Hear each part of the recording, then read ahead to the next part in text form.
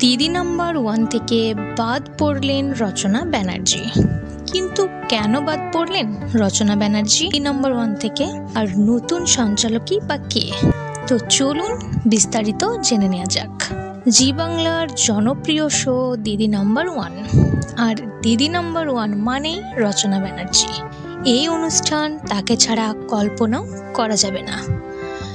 মাঝে অন্য সঞ্চালিকা এই শোয়ে দায়িত্ব নিলেও চালিয়ে নিয়ে যেতে পারেননি এই শো। পরে আবারও ফিরতে হয়েছে রচনা ব্যানার্জিকে।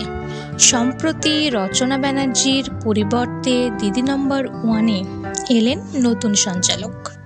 রচনা ব্যানার্জি শুধুমাত্র একজন অভিনেত্রী বা সঞ্চালিকাই নন, তিনি এখন রাজনীতিবিদও।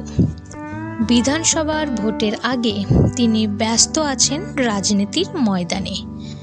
আরও বেশ কিছু ব্যক্তিগত সমস্যা সামনে এসেছে, তাই এখন থেকে দিদি নাম্বার 1-এর মঞ্চে তাকে দেখা যাবে না। রচনার পরিবর্তে দিদি নাম্বার 1-এর সঞ্চালনা করবেন মীর। এবার সঞ্চালনার দায়িত্বে মীরকে দেখা যাবে।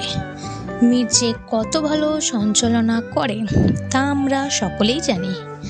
তবু রচনাকে ছাড়া কি জমবে দিদি নাম্বার 1? আপনাদের এই বিষয়ে কি মনে হয় অবশ্যই কমেন্ট করে জানাবেন। আর এই ভিডিওটি ভালো লাগলে লাইক করবেন, চ্যানেলটি সাবস্ক্রাইব করে পাশে থাকবেন।